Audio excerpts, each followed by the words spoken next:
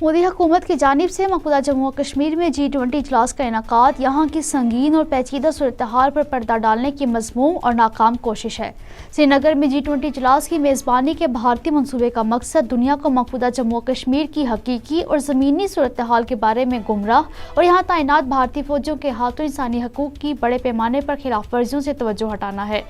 मोदी हुकूमत G20 इजलास के इनेकाद से मकबूजा जम्मू और कश्मीर के बारे में अपने मामूल के दावों को तक़वियत पहुँचाना चाहती है।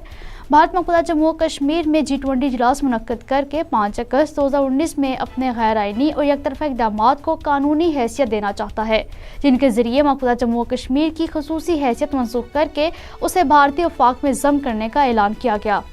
G20 ममालिक को ये नहीं भूलना चाहिए कि भारत ने मकबूजा जम्मू और कश्मीर पर गैर कानूनी और ग़ासबाना कब्ज़ा कर रखा है। G20 ममालिक को ये बात ज़हन नशीन कर लेनी चाहिए कि अक़वाम मुत्तहिदा की करारदादों के मुताबिक जम्मू और कश्मीर एक मुतनाज़ा इलाका है। G20 फारम अगर मकबूजा जम्मू और कश्मीर में अपने इजलास के इनेकाद के लिए मोदी की धोखादही पर मबनी दावत कबूल करता है तो उससे फारम की साख बुरी तरह मुतासिर होगी।